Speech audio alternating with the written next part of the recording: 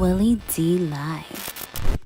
When you're ahead, you have to wait for a whole world. Because I've been doing streaming since like literally. Before I had a television network on YouTube before they were monetizing, before they were commercials. Creative Control with Cootie and Shike. You know, that was 2005. I've literally been smoking weed and waiting for everyone to catch up this whole time. I had a streaming service before Netflix. You know what I'm saying? So that's why I learned, the paid subscription doesn't work. It got to be free. But you got to have an ad plug. I can't make no money getting the 1% and then breaking that with somebody. It don't make no sense. So my point to all of that is, I've been injecting, working. I haven't caught that lick in a minute, and I'm still all right. And when this thing turns, I should catch right back up. But what you know is, cause what have I tried to do and come out with? I've been practicing. I can show you a rock and roll project that I just did with Freeway, a movie that I just directed that I just put out in theaters myself. I can show you a book that we just made, a comic book, a magazine, a clothing line, some sneakers, some glasses, all these things done on my own, no funding, no none of that. I made a whole independent boutique conglomerate. Now I might be all right with getting a partner, but I have something tangible. It's there. There's something that I could, I could predict how much money I think it's going to make. But I had to have all of those things, because why have a television network and not be able to put my own commercials for a product that I own right next to someone that someone else owns? My ads go right with Nike. Meaning if I got sneakers, ad right next to Nike. You know? If Raiders of the Lost Ark is coming out, Prince of Detroit is right there, movie. My point is, on every vertical, I'm showcasing how creative I am. I'm not even a great businessman. I just like being creative, but I'm gonna be free. You can't do what you want unless, and you can't do what you want in a house unless it's yours. If you don't own that house, you can't do what you want.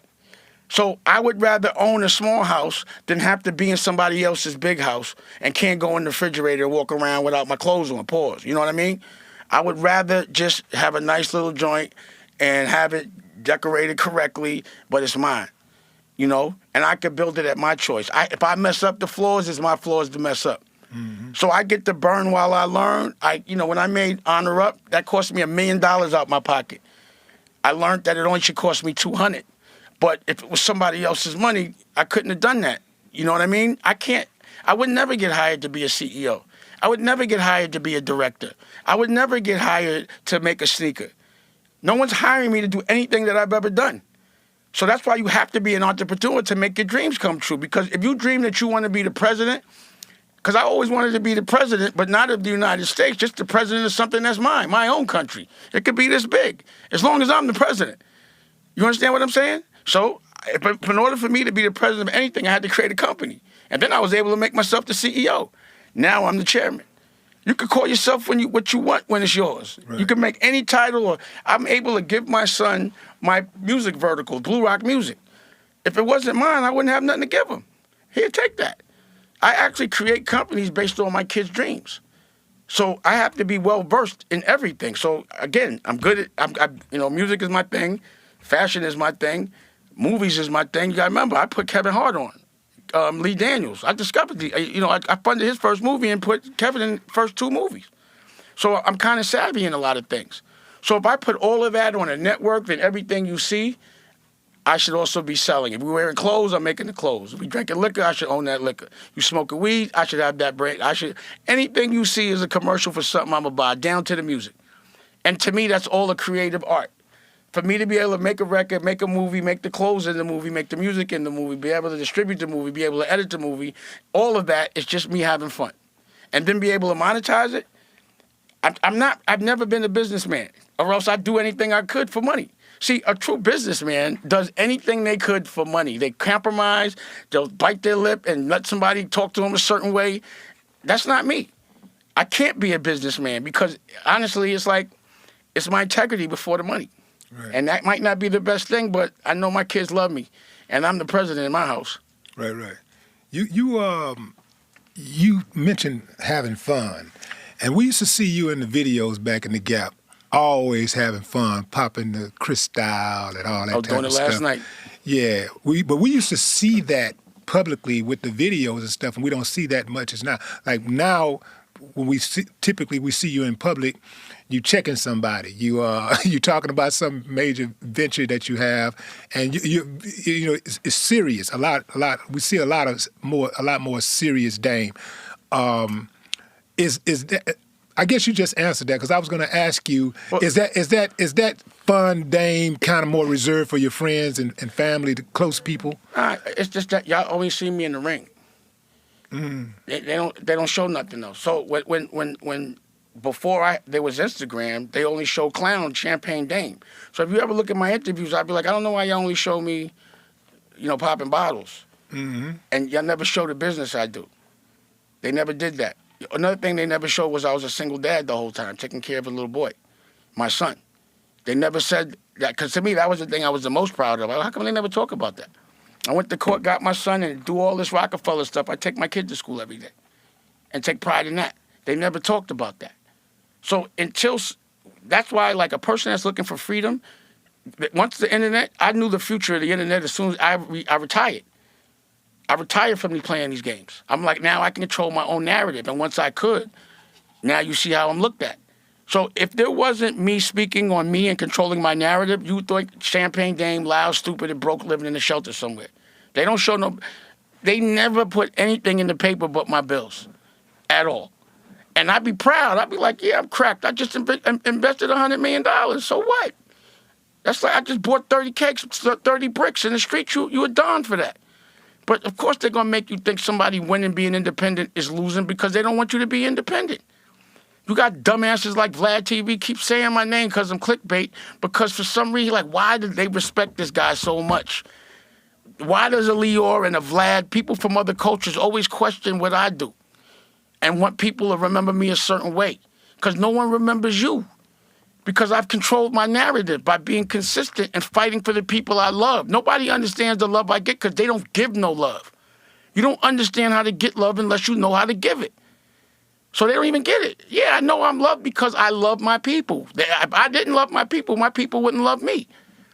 I'm not going to make money with you or you spend money with me. Anytime you spend money with me, I want you educated. I want you to buy something with me because I can eat, and then you can go and actually make whatever I taught you into some money.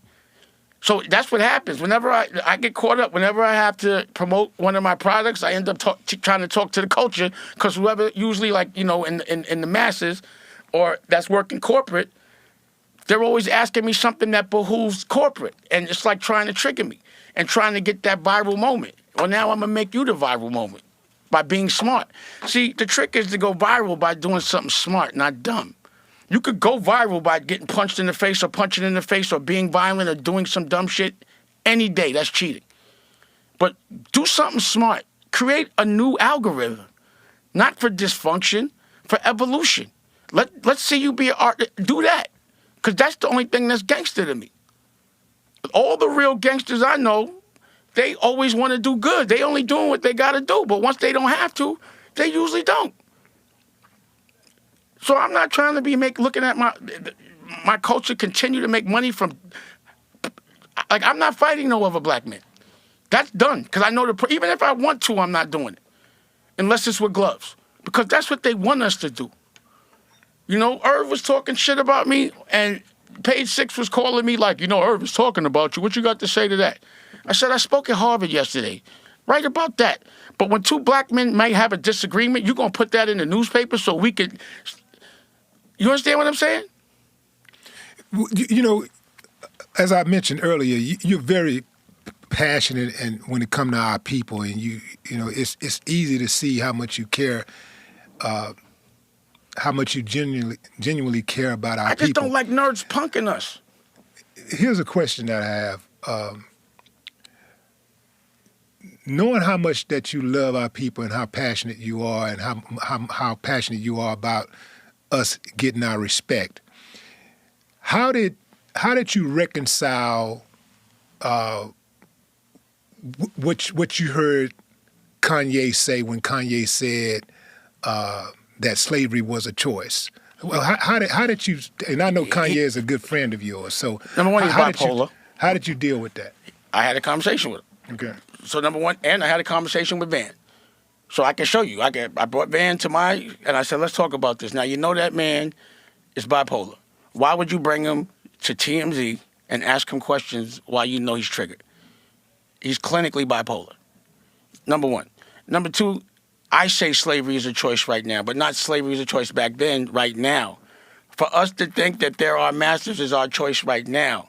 But I don't think he meant back then. But again, yeah, I can accept that. I can accept that. And that's the thing, is like sometimes I would have conversations with Kanye and he would kind of say what I'm saying, but say it wrong. So it's the context, but you always have to give that man, and even though he's a billionaire, it doesn't mean that he's not bipolar. You know, and he's not going to say he's bipolar, and he's going to get mad at me for saying it, but he's bipolar. Because I've had to deal with it. I've seen it. So I'm like, yo, why? Has anybody ever dealt with somebody that's bipolar? The one thing you don't do when somebody's triggered is put them in front of cameras. The most dangerous thing for a bipolar person is money.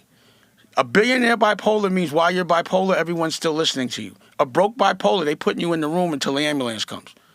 But, you know, if you're making $5-6 million a year with this man, bipolar or not, certain people are still listening. That's why y'all keep listening to him right now. Y'all know he's triggered. Y'all know he's, you know what I mean? It is, I don't care what he's saying. Nobody that's bipolar says they're bipolar while they're triggered. No one admits it, like, oh, you know I'm bipolar, I'm having an attack right now. Nah, they just start bugging out. So why would you, like, that's the problem I had with people around him. I'm like, why y'all keep putting him in front of the camera when he's triggered? And I'd have to be the person to say, yo, get off the ranch. You know, man, I'm really glad that I'm having this conversation with you about Kanye, because I be going in on Kanye ass.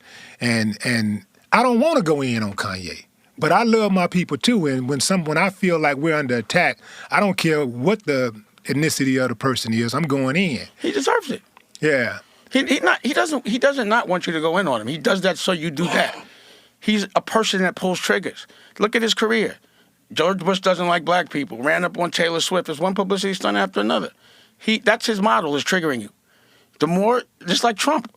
Every time Trump says something racist and we hate it, somebody loves it. He's not talking for us. He's talking for the ones that love it, Trump. You understand what I mean? So it's the same thing. You know, that's why I don't pay him. Like, I already know with him, if, let's say he says, let's do something, and sends an order to somebody. If they get it right the first time, he's still going to say he don't like it. Because he's just troll. He's a troll. He got everybody dressing like a crackhead, bro. He's doing this shit on purpose. That's why I be like, don't do that, man. You know what I mean? You know what I mean? Like, I know what you're doing. You trolling. He walking around barefooted. He's trolling. He's like, watch this. I could get dudes to wear tights and barefoot. I'm like, I don't know, you can do that one. But I'm not saying we had that combo. I'm like, when I see it, I'm like, yo, he bugging, but I know he's playing. You know? He wants you to get at him. He does it on, why would he do the things he does if he doesn't want the reaction? And another thing I wanted to say to you, point, you box, right? Yeah. You know that if you brace your face, the punch usually doesn't knock you out. It's the ones you don't see that knock you out. Mm-hmm. So that's why in life, if you walk around with your face out, my shit is just braced because I know I'm going to get hit. So that's the thing. When you get into a ring, you know you're going to get hit. It doesn't mean you stop. It means you block, hit, and then you hit back. Getting hit is part of the game. That's why I love boxing. It's one-on-one and it's life. It's about your stamina, not your skill. You know, your skill is important, but the stamina is way more. You understand what I mean? If you can't pass a minute, it's over. You could look good for 30 seconds, but once you're tired and somebody on your head, what you gonna do?